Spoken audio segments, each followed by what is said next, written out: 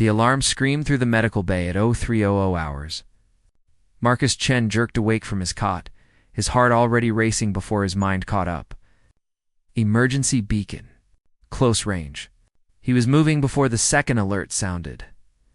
The transport shuttle bay was chaos. Crew members rushed past him as he grabbed his emergency medical kit. Lieutenant Hayes shouted coordinates at him over the noise. A Valkyrie diplomatic vessel. Life signs detected but fading. 20 minutes out? Marcus had never treated a Valkyrie before. He pulled up their basic physiology on his datapad during the flight. Crystalline-based biology.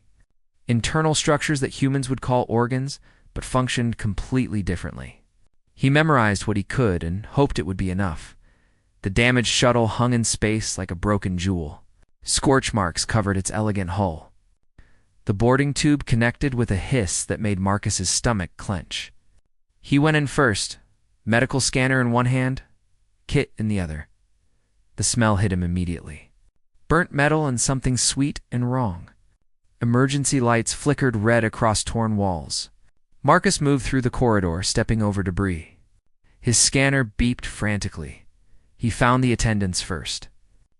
To Valkyrie in formal robes, their crystalline skin dulled in death. Marcus checked for life signs anyway. Nothing. He moved deeper into the shuttle. Princess, the airlift, lay in what had been a ceremonial chamber. Marcus knew she was royalty from the elaborate patterns on her robes alone. Gold and silver threads woven into deep blue fabric that seemed to shift in the emergency lighting. But the beauty of her clothing couldn't hide the disaster underneath her skin. Normally a luminous pale blue, according to his research, had taken on a gray cast. Cracks spread across her arms like broken glass. She was conscious, barely, her large eyes unfocused. Marcus dropped beside her and activated his scanner. The readings made his blood run cold. Internal hemorrhaging. Multiple fractures in her crystalline bone structure. She was dying, and she was dying fast. He reached for the seals on her robes. His fingers had barely touched the fabric when her hand shot out and grabbed his wrist. The strength in that grip shocked him. Her eyes focused on his face. She spoke in a language he didn't understand, words that sounded like music and breaking glass combined. Then she switched to standard, heavily accented but clear enough. Please, don't remove my clothes. Marcus kept his voice calm and professional. Your Highness, I'm a medic. I need to examine you properly. I promise I'll preserve your dignity. Tried to work around the robes. His portable scanner could penetrate some materials, but the ceremonial plating woven into her garments blocked everything. He could see that she was dying, but he couldn't see how badly or where to focus treatment. Her breathing grew more labored. The cracks in her skin spread further. Marcus made a decision. He pulled out his trauma kit and started an IV of universal stabilizer, hoping Valkyrie biology was close enough to what he'd read. I can work around your clothing, he assured her. Just stay with me. But 2 minutes later, his scanner screamed a warning. Her internal pressure was dropping catastrophically. Whatever passed for blood in her species was pooling somewhere he couldn't reach. The robes weren't just blocking his scanner anymore. They were blocking access to her body completely. Marcus looked at her face. She was crying now, tears that looked like liquid diamonds tracking down her cheeks. She whispered something in her own language. It sounded like a prayer. Your Highness, Marcus said, hating every word. The clothing is blocking my equipment. I can't stop the bleeding. I can't save you unless I remove them, she understood. He saw understanding in her eyes and something that looked like absolute terror. She shook her head weakly. Please, she whispered again. You don't understand. Please don't. Marcus felt time running out with every weak beat of her heart. He'd taken an oath. First, do no harm. But letting her die when he could save her? That was harm too. Wasn't it? I'm sorry, he said. I'm so sorry. He started with the outer ceremonial layer. His hands were steady even though his heart was breaking at the way she wept. She didn't fight him. She just cried silently and whispered words he couldn't understand. Words that sounded like goodbye. The robes were complex. Multiple layers, each one sealed in ways he had to figure out as he went. He worked as quickly as he dared, trying to be respectful, trying to minimize exposure. Under the ceremonial layers were simpler garments, but she reacted to the removal of each. One as though he was cutting pieces from her soul. When he finally had access to her torso, he found the source of the hemorrhaging. A fracture had pierced something vital. He worked frantically, using everything in his kit: cellular regenerator, crystalline stabilizer, pressure bandages adapted for her physiology. 15 minutes that felt like hours. But her readings started to climb. The bleeding stopped. The cracks in her skin ceased spreading. Color began returning to her face. Marcus covered her with a thermal blanket from his kit, and then with the simplest layer of her robes that wasn't soaked in her blood. He sat back, exhausted, and allowed himself to believe she would live. When her eyes opened 20 minutes later, he smiled with relief. "Your Highness, you're going to be okay. You're stable now." She stared at him, not at his face but through him, as though he'd become invisible. When she looked down at herself and saw the medical gown he'd placed her in after removing the blood-soaked robes, something broke in her expression. It wasn't anger. Marcus could have handled anger. It was devastation. It was betrayal. It was loss so profound it had no name in any language he knew. She turned her face away from him and said nothing. Not a word. Not a sound. Marcus tried to explain about the medical necessity, about saving her life, about having no choice. She didn't respond. She stared at the wall as though he wasn't there.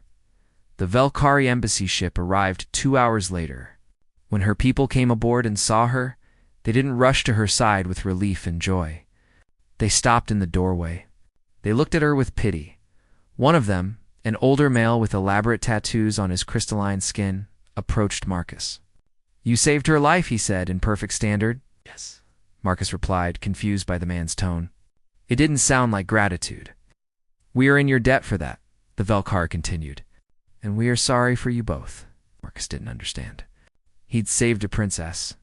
He'd prevented a diplomatic incident. Why did everyone look like someone had died? Princess Saralith allowed herself to be carried away on a medical stretcher. She never looked at Marcus once. She stared at nothing with eyes that had gone empty. That night, back in his quarters, Marcus couldn't shake the feeling that he'd done something terribly wrong. He'd saved her life. So why did it feel like he'd killed her anyway? Part 2. The silence 3 days passed, and Marcus couldn't stop thinking about the princess. He submitted his medical report, received a commendation from his commanding officer, and tried to convince himself he'd done the right thing. But her face haunted him. That look of devastation. He requested permission to check on her recovery. The Velkari embassy responded politely that Princess Saralith was stable and required no further human medical intervention. "Thank you for your service." That was all. Something about the formality bothered him. Marcus had saved the life of a princess. Usually that meant gratitude, maybe even some kind of ceremony. Instead, he got a 2-sentence message that felt like a door closing. He tried to focus on his regular duties. The station had 300 personnel, and someone was always sick or injured. But during his downtime, Marcus found himself researching Velkar culture obsessively. They were an old species. Their civilization had reached the stars while humans were still figuring out agriculture. Their art was legendary. Their music could supposedly make grown warriors weep. They valued honor above almost everything else. Marcus read about their complex social hierarchies, their philosophy, their science. Beautiful things, fascinating things, but nothing that explained why saving a princess's life had been met with such strange coldness. On the 5th day, they saw her. Pure chance. He was cutting through the diplomatic wing to avoid a crowded corridor when he spotted her through a window. Princess Saralith sat in a garden atrium, surrounded by plants from her homeworld. She wasn't alone. 3 Velkari attended her, but they stood at a distance, not guarding her, not keeping her company, just there, watching with expressions that looked like they were attending a funeral. Marcus stopped walking. He watched her sit motionless among the alien flowers. She didn't read. She didn't speak to her attendants. She just existed like a statue of herself. One of the attendants noticed him and moved to block the window. The message was clear. Stop watching. Move along. That night, Marcus expanded his research. He dug deeper, past the tourist information and general overviews. He found academic papers on Valkyrie society. He found anthropological studies. He found dissertations written by humans who'd spent decades studying their culture. Most of it confirmed what he already knew. But then, in a footnote of a paper about Valkyrie Kumingovich ceremonies, he found something that made him stop breathing. The paper discussed clothing as spiritual identity among Valkyrie nobility. It was dense academic language, but Marcus read it 3 times to make sure he understood. For Valkyrie of royal blood, clothing wasn't just fabric. It was woven with their spiritual essence during childhood. Ceremonies. Every thread represented a connection to their ancestors, their future, their place in the cosmic order. The robes were them in a way humans couldn't fully comprehend. To be forcibly unclothed by someone outside specific sacred contexts. Marriage or death preparation meant something beyond violation. The paper used a Valkyrie word, Kethra. The translation was uncertain, but the closest human equivalent was walking void, or the emptied one. Ow. Marcus felt ice spreading through his chest. He kept reading. The paper described what happened to Kethra throughout Valkyrie history. They were stripped of titles. They couldn't participate in ceremonies. They couldn't marry or hold positions of authority. They existed in society, but weren't truly part of it. Anymore, they were alive, but considered spiritually dead. The paper noted that most Kethra chose actual death within months. The few who lived were kept in comfortable isolation, provided for materially, but removed from everything that gave life meaning. Marcus's hand shook as he closed the file. He'd saved her body, and he'd killed everything else. He didn't sleep that night. He lay in his bunk, staring at the ceiling, replaying every moment of the rescue. She'd begged him. She'd actually begged him not to remove her clothing. And he'd done it anyway, because he'd thought he was saving her from death. She'd been willing to die. She'd been ready to die with her soul intact. And he'd given her years of breathing, but taken her existence. The next morning, Marcus submitted a formal request to speak with Princess Saralith. The Valkyrie embassy denied it within an hour. He submitted a second request, explaining that he needed to understand the cultural implications of his medical treatment. Denied again. On the third attempt, he was honest. He wrote that he'd learned about Kethra, that he understood he'd done something unforgivable, that he just needed to apologize to her face. This time the response came from Saralith herself. One word in standard. The Valkyrie who escorted him through the embassy didn't speak. They walked him down corridors decorated with art that hurt to look at in its beauty. They brought him to a room that was elegant and comfortable and felt exactly like a very pretty prison. Princess Saralith sat by a window, overlooking the stars. She'd changed since he'd last seen her. She wore simple gray robes now, nothing like the elaborate garments from before. Her skin had regained its color, but something in her eyes remained dull. "Oh, leave us," she told her escorts. They hesitated. "Leave us," she repeated. And this time, it was an order from someone who'd been born to command. When the door closed, silence filled the room like water. Marcus stood awkwardly, not sure if he should sit or kneel or what respect demanded in this situation. "You learned," Saralith said finally. Her standard had improved dramatically. "About what you did to me?" "Yes," Marcus said. His voice came out rough. "Your Highness, I don't," she interrupted. "Don't apologize. It makes this worse somehow." More silence. Marcus felt like he was drowning in it. "You saved my life," Saralith continued. She still hadn't looked at him. Her eyes stayed fixed on the stars. "That's what everyone keeps saying. The human medic saved the princess. A tragedy was averted.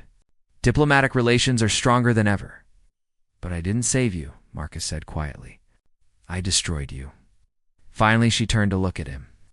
Really look at him. Her eyes were the color of Earth's sky, he realized. Beautiful and infinitely sad. "Yes," she agreed. "You did." The words hit Marcus like physical blows. He'd known it intellectually from his research. But hearing her confirm it made it real in a way that shattered something inside him. Why? She asked. Why did you keep reading after you submitted your report? Why did you search until you found out what Kethra means? Most humans would have accepted the commendation and moved on. Marcus had asked himself the same question. He didn't have a good answer. "'Cause you begged me," he said finally. "You begged me not to remove your clothes, and I did it anyway. And I needed to understand why you'd rather die than let me save you. I thought it was just modesty or religious custom. I didn't know I was taking your soul." "But you do now," Saralith said. "Does knowing make you feel better?" "No, it makes me feel like a murderer." "Good," she said, and there was the first hint of emotion in her voice. Not anger exactly. Something sharper and more painful. "You should feel that way, because that's what you did.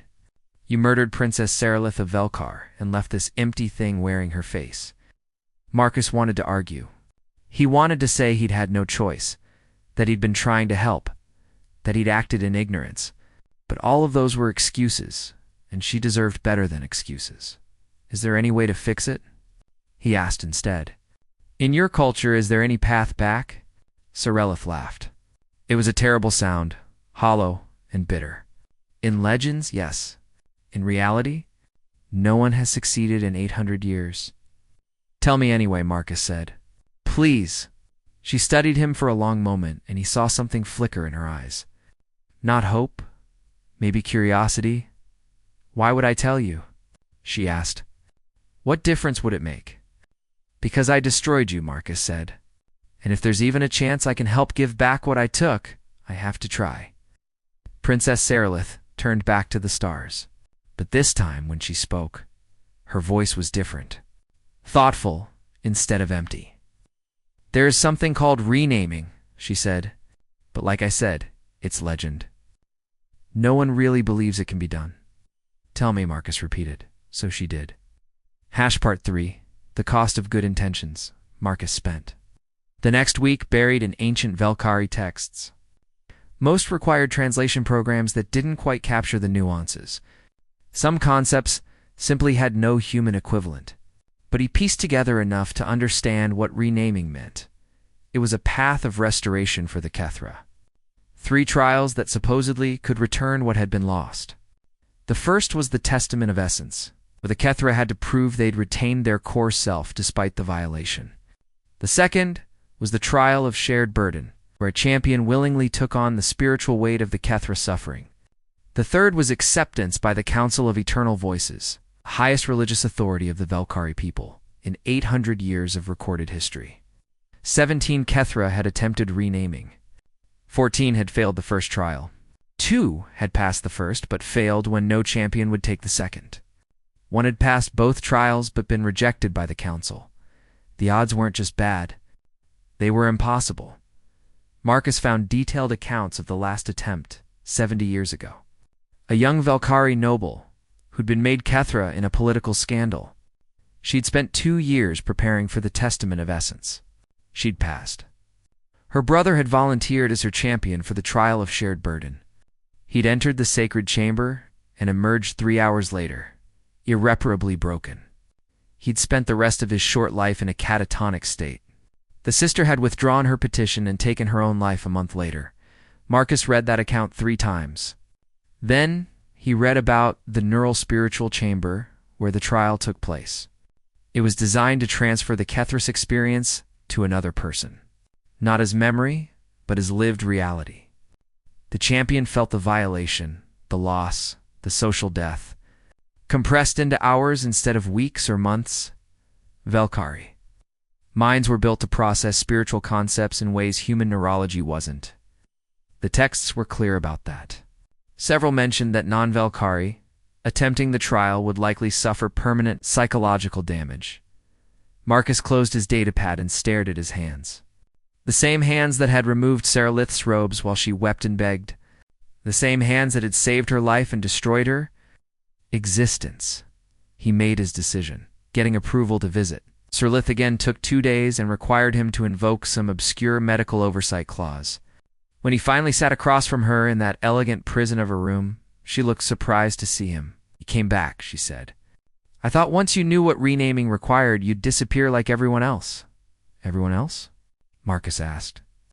I had friends once. People who claimed they loved me. When I became Kethra, they vanished. Even my family barely acknowledges me now. I'm an embarrassment. A reminder of failure. Her voice was matter-of-fact, which made it worse somehow. You're the only person who's visited me twice by choice. Marcus felt anger rise in his chest. Not at her. At a culture that could discard someone like trash because of an accident of circumstance, but he swallowed the anger. It wouldn't help. I want to be your champion, he said. For the trial of shared burden. Serelith's eyes widened. For the first time since he'd met her, she looked genuinely shocked. You can't be serious. I'm completely serious. You don't understand what you're offering. The trial will break you.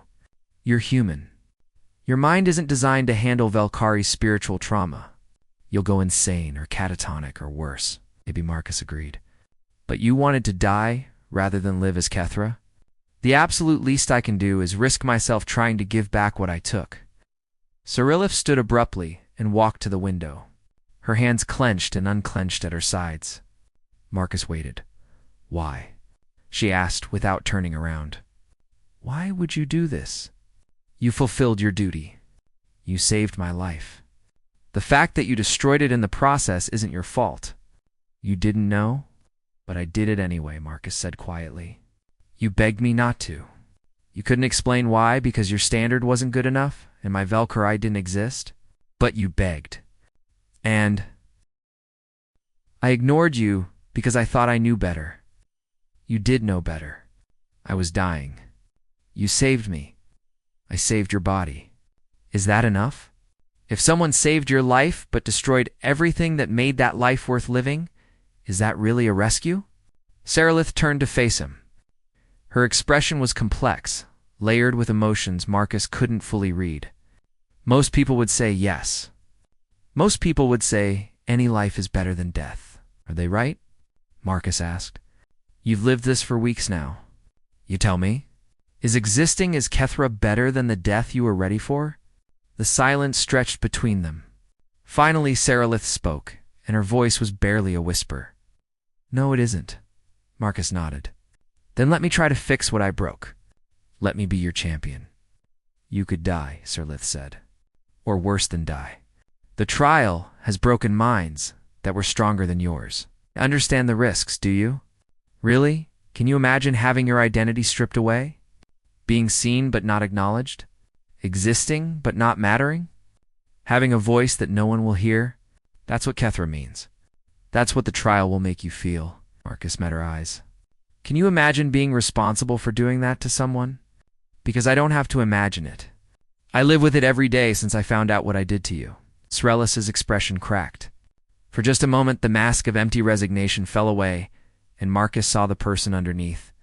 The princess, who'd been willing to die with dignity, the woman who'd spent weeks in spiritual isolation, the survivor who'd been trying so hard to feel nothing because feeling anything hurt too much.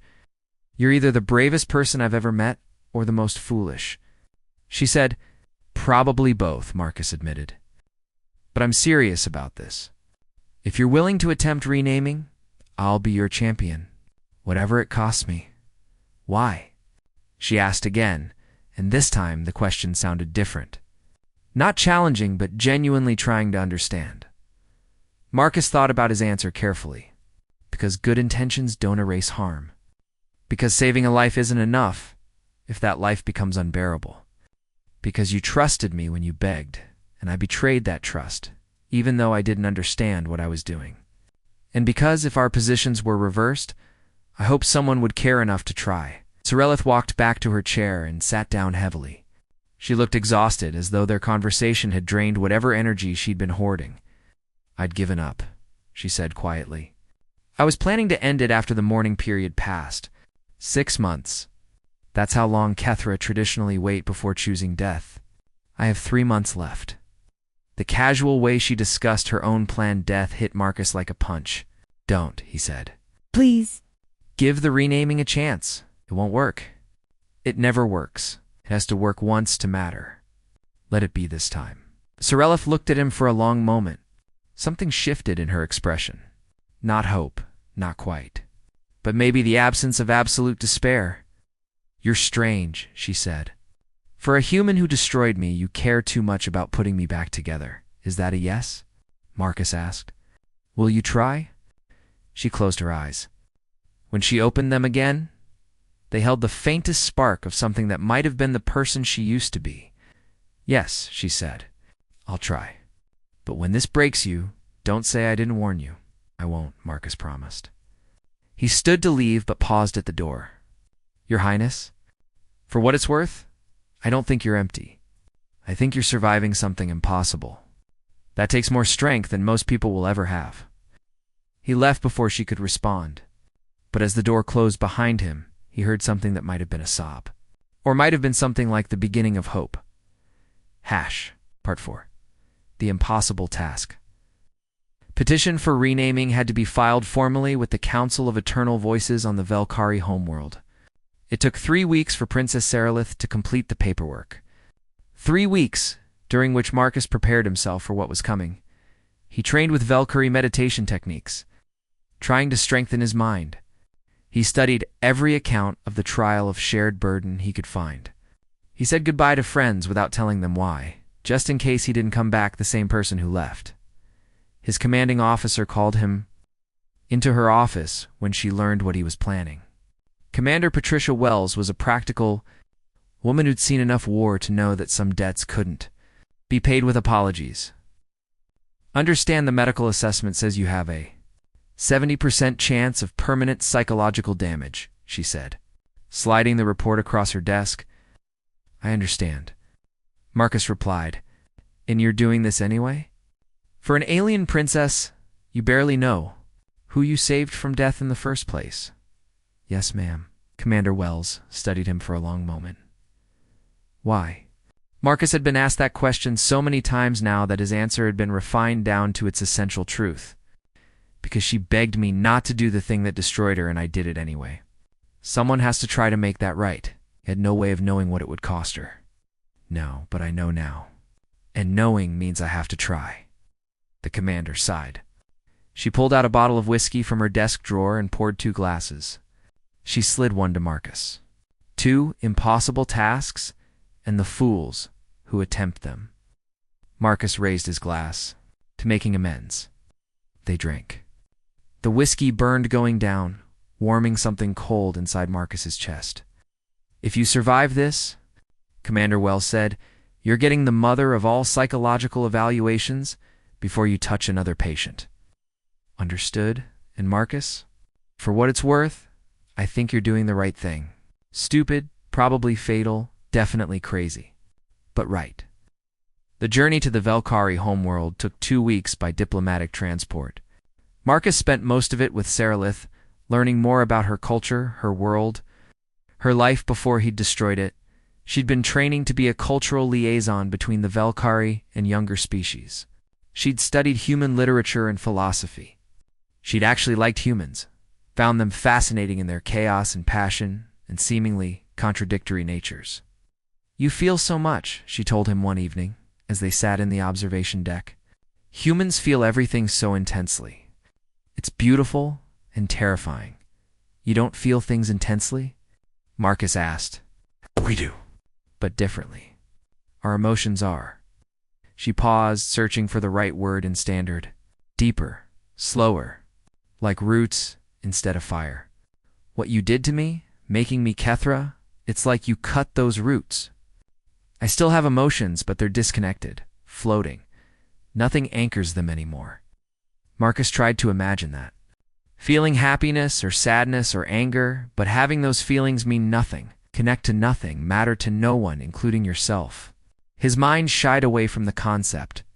"That's what I'll experience in the trial," he said. "That disconnection." But compressed and intensified. The trial doesn't just show you what it feels like. It makes you live it as though it's always been your reality. Your mind will try to convince you that you've always been empty, that connection was never real, that you're speaking into a void that never hears. "How did you survive it?" Marcus asked. "Weeks of feeling that way? How did you not go insane?" Sorelith looked out at the stars. Who says I didn't? Maybe I did go insane? And this is just what my madness looks like. Quiet, polite, empty. I don't think you're insane, Marcus said. I think you're incredibly strong. Strength, she said the word, like it tasted bitter. Is it strength to keep breathing when breathing has no purpose? Or is it just cowardice wearing a pretty name? Marcus didn't have an answer to that. So he sat with her in silence, looking at stars that belonged to neither of their peoples, and tried to prepare himself for the impossible. The Valkyrie homeworld was beautiful. Crystal spires rose from continents that glowed with bioluminescent forests. 3 moons hung in a sky that shifted between purple and gold. Marcus could see why Seralith's people valued beauty and spiritual connections so deeply. They'd built their entire civilization as art. The Council of Eternal Voices occupied a structure that seemed to grow from the planet's core, organic and constructed at once. Seralith explained that it was alive in a sense, a building that had been sung into existence over centuries by specialized artisans. The Council itself was composed of 7 ancient Valkyrie, their crystalline skin etched with so many ceremonial markings that they looked like living libraries. They sat in a semicircle that reminded Marcus of judges in a courtroom. She supposed they were in a way. Seralith presented her testament of essence. She spoke in her own language, words that flowed like water and rang like bells. Marcus's translator gave him the gist. She was arguing that, despite becoming Kethra, she'd retained her core self. She demonstrated knowledge of ceremonies she shouldn't remember if she'd truly been emptied. She quoted philosophy that required connection to understand. She proved through speech and memory and subtle emotional cues that Princess Sorel still existed somewhere inside the void. The council deliberated for an hour. Then they accepted her testament. 1 trial passed. The 2nd trial was Marcus's responsibility. The trial of shared burden would take place the next day. That night, Sorella found him in the guest quarters, where they'd housed him. You can still withdraw, she said. No one would blame you. No one expects a human to survive this. I'm not withdrawing, Marcus said. Are you trying to talk me out of it? Part of me is the selfish part that wants to be restored and doesn't care what it costs. You. But another part. The part that might still be the princess I was. That part thinks you're making a terrible mistake. Noted, Marcus said. I'm still doing it. Seralith sat down on the edge of his bed. She looked exhausted. Can I tell you something honest? Always. I don't understand you. I've been studying humans for years, and I still don't understand why you'd risk this. It's not logical. It's not even emotionally rational. You didn't mean to harm me. You were trying to help. You should be able to forgive yourself and move on. Should I? Marcus asked. Or is that just what people tell themselves so they don't have to feel responsible for harm they cause? But you didn't cause it on purpose. Does that matter to you? When you're sitting alone feeling empty and disconnected, does it help to know I had good intentions? Seralith was quiet for a moment. No, it doesn't help at all. And intentions don't matter as much as impact. I impacted your life catastrophically. The least I can do is try to fix it. Even if fixing it breaks you. Even then, Seralith reached out and took his hand. It was the first time she'd voluntarily touched him since that day on the shuttle. Her skin was cool and smooth, harder than human skin, but not unpleasant. Thank you, she said quietly. For caring when you didn't have to.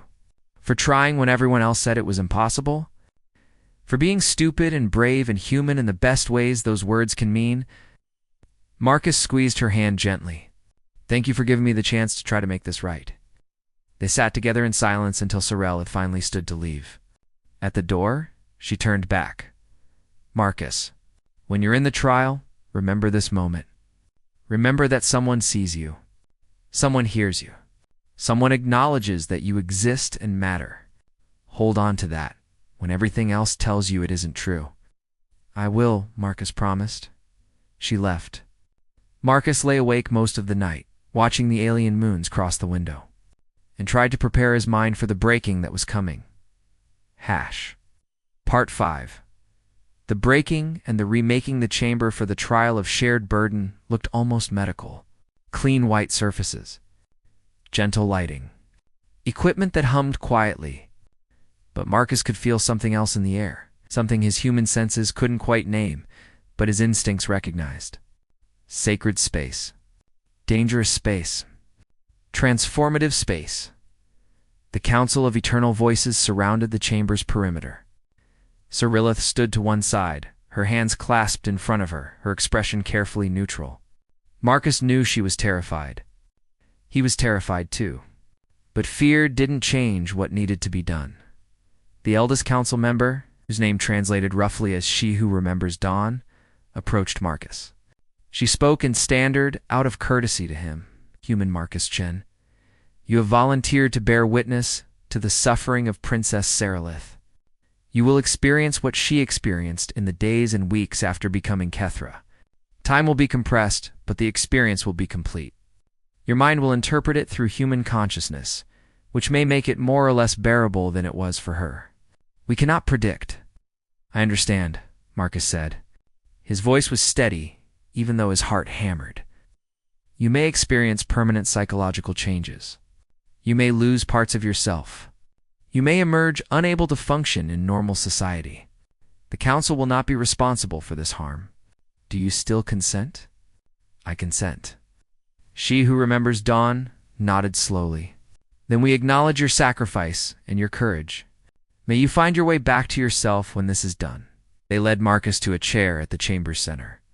It looked comfortable. Deceptively so. They placed a circlet of crystalline material on his head. It was cool against his skin and seemed to hum at a frequency just below hearing. Cyrilith stepped forward. She had to be part of this, they'd explained. Her spiritual imprint would guide the experience. She placed her hands on either side of Marcus's face. Her palms were cold. I'm sorry, she whispered. I'm so sorry this is necessary. Don't be sorry, Marcus said. Just be ready to be yourself again when this is over. She nodded. Tears tracked down her face. Remember, you matter. Remember, you're real. Remember, someone sees you. Then she stepped back, and the council began their ceremony. They sang in harmonics that made Marcus's bones vibrate.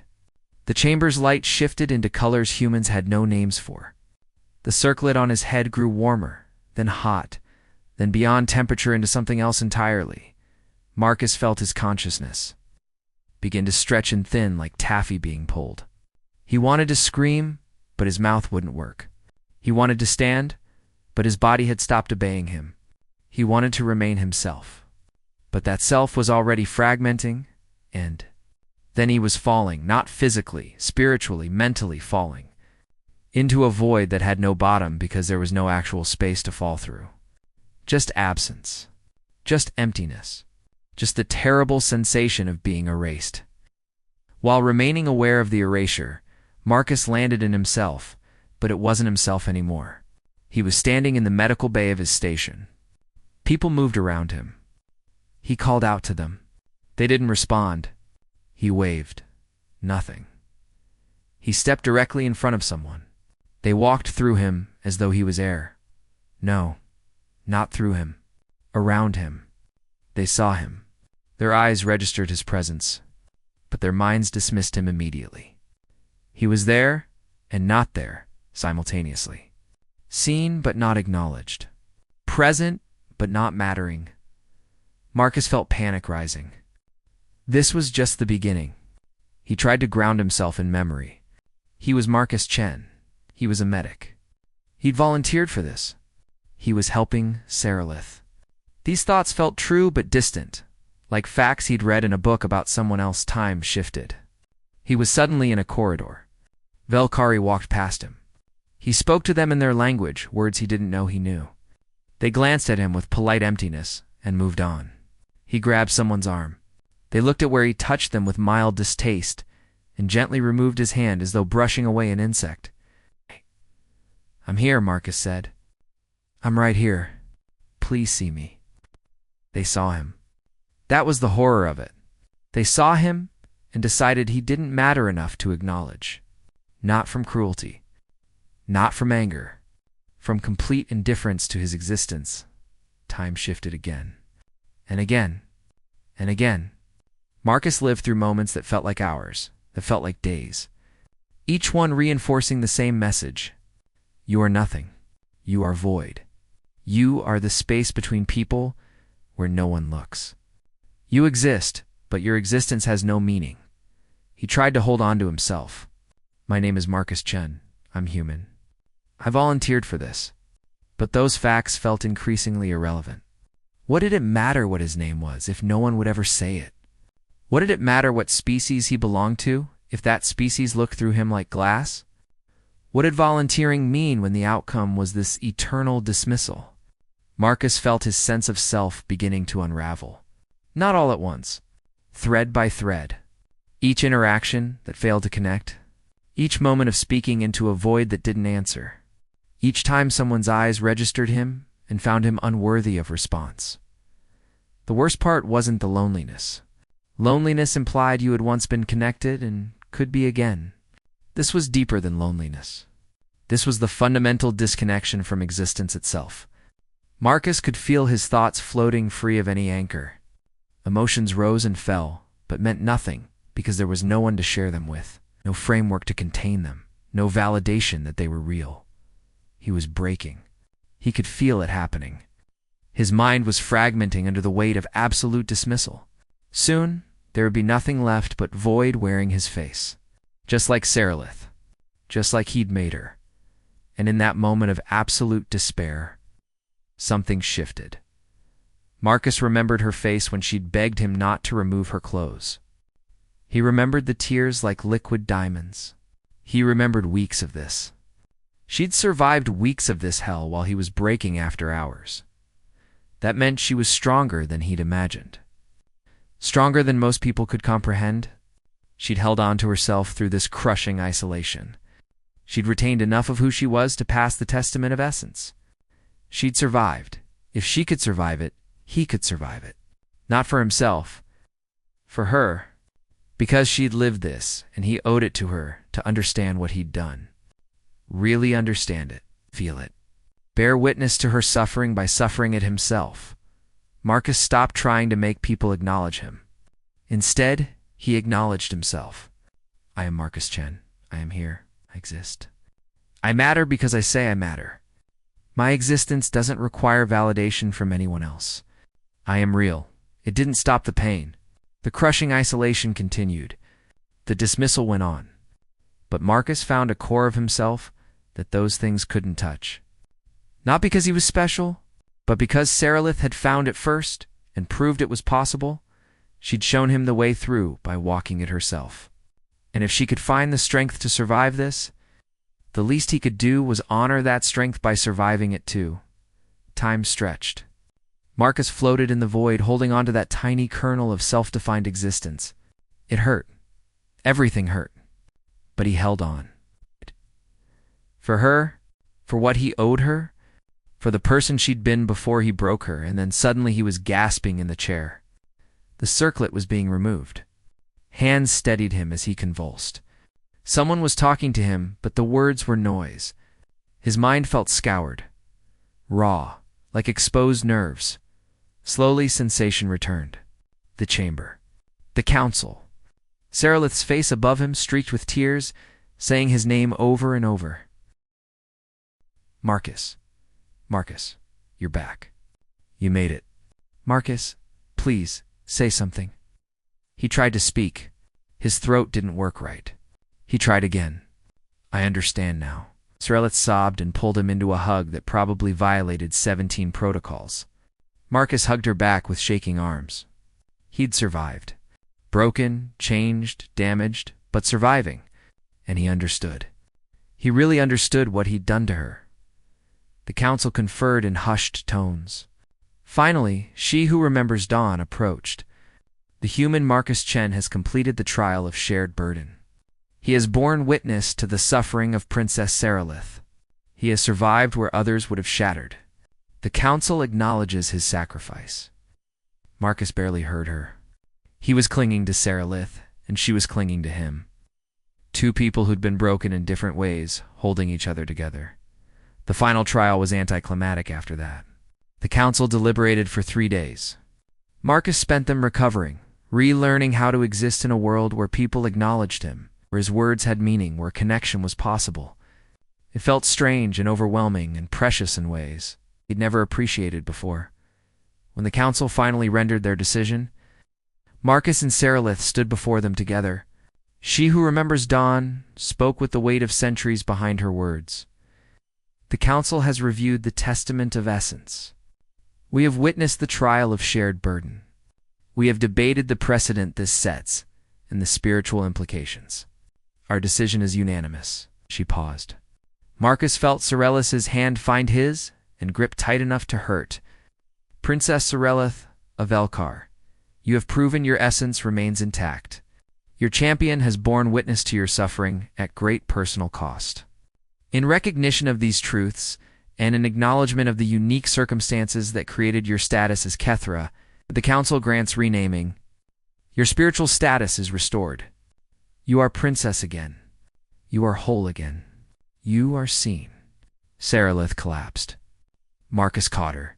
She wept against his chest with an intensity that shook them both. Not tears of sadness. Tears of release. Of restoration. Of being real again. The ceremony that followed was elaborate and beautiful. Marcus understood maybe a tenth of it, but he saw Sarellith transformed. The dullness left her eyes. The emptiness left her posture. She stood straight and proud and real in ways she hadn't been since that day on the shuttle. When it was over, she came to him in the guest quarters. She wore robes again. Proper robes. Royal robes. But these ones she'd woven herself as part of renaming, they were beautiful. You're leaving tomorrow, she said. Back to your station. Yeah, medical leave is over. Time to get back to work? Will you be okay? After what the trial did to you? Marcus considered the question honestly. I don't know. I'm different now. I understand things I didn't before. I see connections and disconnections in ways that hurt to perceive, but I'm functional. I can do my job. I'll adapt. You sacrificed so much, Sarilith said quietly. For someone you barely knew. Someone you'd harmed. Someone I'd harmed who didn't deserve it. Someone who was strong enough to survive something that should have destroyed her. You deserve to get back what I took, Sarella smiled. It was the first real smile he'd seen from her. I've made a request. To have you assigned as medical liaison to my diplomatic corps? If you're interested, Marcus blinked in surprise. Why? Because you understand both the cost of action and the cost of inaction. Because you'll tell me the truth, even when it's hard. Because you gave me my life twice now. Once by breaking me, and once by trying to fix what you broke. Maybe there's wisdom in keeping someone close who understands both sides of that equation. I destroyed you, and you want me as your liaison. You destroyed me, and then you walked into hell to help me come back. I think that makes you someone I can trust.